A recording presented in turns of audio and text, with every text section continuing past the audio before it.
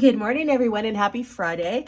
I thought I would pop in and just do a little video on this journal that I had talked about before in a previous video. This is the dollar store sketchbook that I had purchased as an inexpensive way to have an art journal. So I had said in that original video that I would kind of not document, but kind of share and film some parts of me doing this journal, working in a journal like this, where the pages are thin and it's just an inexpensive sketchbook that I purchased. So, and I wanted to talk about some of the things with regards to not specifically what I've drawn in this, the art I've done, but more what I've had to do because of the type of book it is. Now, what I'm going to say or share here is not just related to or only limited to this type of inexpensive book. A lot of art journals, even one that you buy that are handmade by someone, may not have papers or pages in it that will work with the type of art you're doing, but it doesn't mean you can't do it. And with the type of art that I do, I like to work with watercolor and liquid ink, and I also like to work with heavy body acrylics, which means that, some of these thinner papers obviously are not going to cut it. So one of the things I've had to do is when I'm wanting to work with watercolor, for example, I have had to prep my pages with some gesso. Now, obviously, that's not going to work really well like it does with if you work with watercolor. So, not watercolor paper is what I'm trying to say. If you're a diehard watercolor artist, you know what I'm talking about, right? The watercolor paper is wonderful. It's made for watercolor.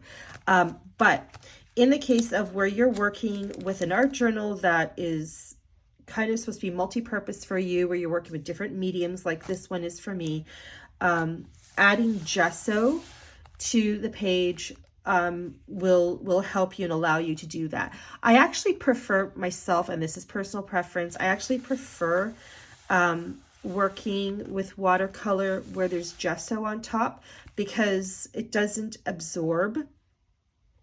And I like the pooling it does, and I don't know, I feel like I can play around with it more. And that could be just my inexperience, because if someone who's more experienced with watercolor might be sitting there shaking their head at me saying, no, Tina, no. I am not saying I'm a watercolor expert by any means. I am not. I have watercolor and I use watercolor, but it's just another art supply for me to work in with my art, because I like to work, like I said, with different mediums, and I am by no means an expert when it comes to watercolor and that sort of thing. I just use it. I'm only talking about in the way that it works for me and my own personal preference, and I do like working with watercolor on the paper that has been prepped with gesso on it. So in the case of this video, the context of this video, when you are working with, just basic paper in a sketchbook, excuse me, that is one of the things that you're going to have to do is add some gesso down so that you can work and play with watercolor. Another thing that you'll have to do, or that you can do, is adding collage to a paper. So as I've been working, and like I said, this is a new journal, so I've just been slowly working my way through it. And I've noticed, obviously, and I've had this experience before with other journals. This is not my first inexpensive journal. When I work on one side, the other side, starts to get wear down and very thin, and it becomes really, wearing out, especially again with whatever medium I'm working with. It's really working the paper. So if I know that I'm going to be working with a lot of acrylic and really working that in there and working with some water and everything like that, because I'm working with charcoal, sometimes in that case gesso just won't cut it. When I am doing watercolor that is just going to be some light touches of watercolor, like that's on this page, gesso is fine because it's just a little bit of watercolor and some water added to activate the charcoal, and it works out nicely, and it's not going to really go through too much to the other side and really compromise the page. If I'm working with something that it's really like this, I added gesso to this page. I did not add anything else. And then I started adding acrylic, but it started wearing out some parts of the page. So what I did is on this side is I added this big piece of collage here so that it doesn't, you know, it reinforces the page is what I'm trying to say. Again, here, I just added, I didn't actually, this one here, I was daring, and I didn't even add gesso. I just went right onto the page here. So, because I did that, and I was working with acrylic on the other side, on here, I added a lot of gesso, and I took my chances with that. But again, pages are super, super thin. So some cases you might have to add, and it would have been better for this one here, for this type of art, if I had added a layer of collage, like from book pages, and put them down here with either matte medium or a Mod Podge sort of thing, just to help reinforce and make the pages more sturdy. So those are just some of the things you can do. Another thing I wanted to, and that's just talking about, you know, the type of pages and what you can do to help reinforce it.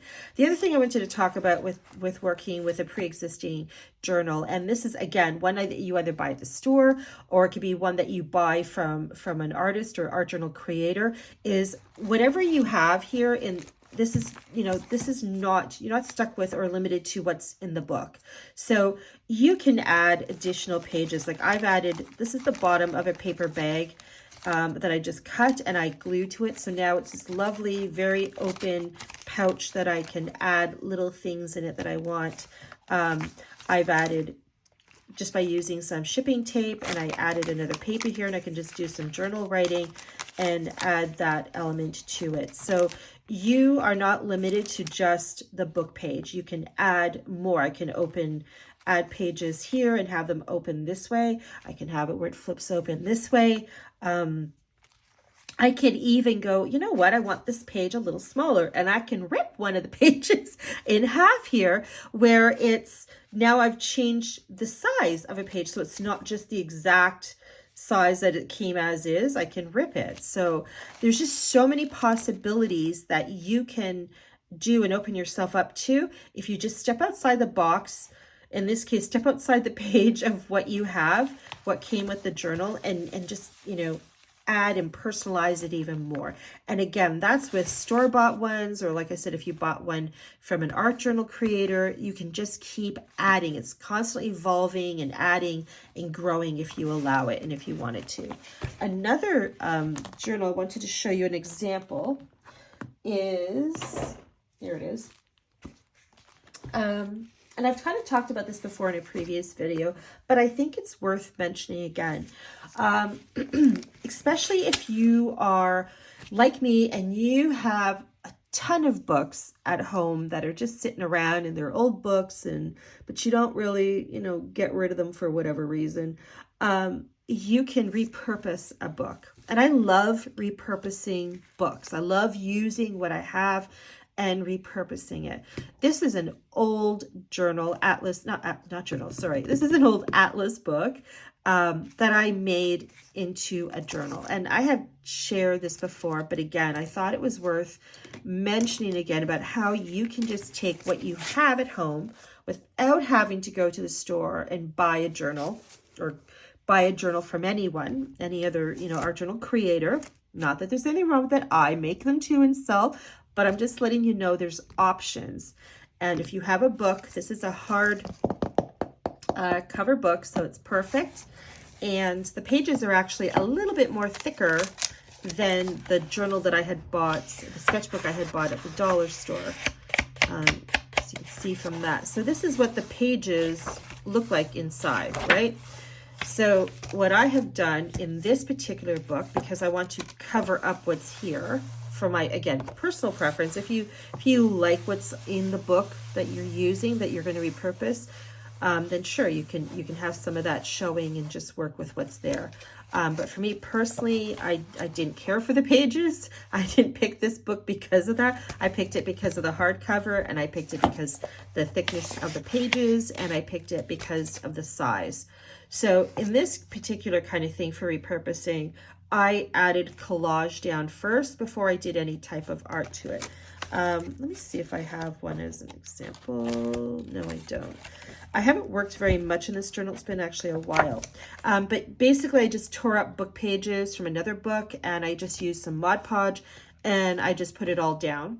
And then once I glued all the collage papers down on the page, then I also used the same Mod Podge. And again, you could use matte medium if that's what you have on hand or prefer.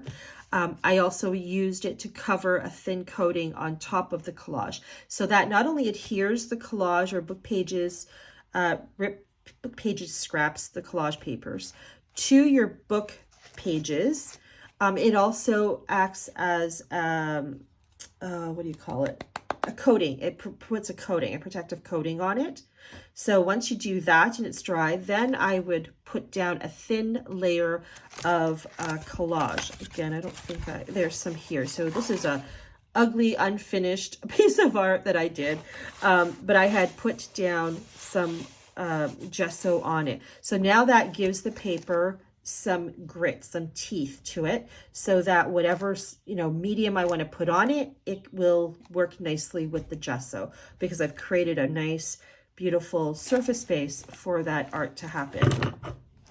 So this is just, like I said, another example of how you can go about using or creating an art journal for yourself without having to spend money that you don't either want to spend or just can't spend, or whatever your reasons are. So, and what I love about it is that, excuse me,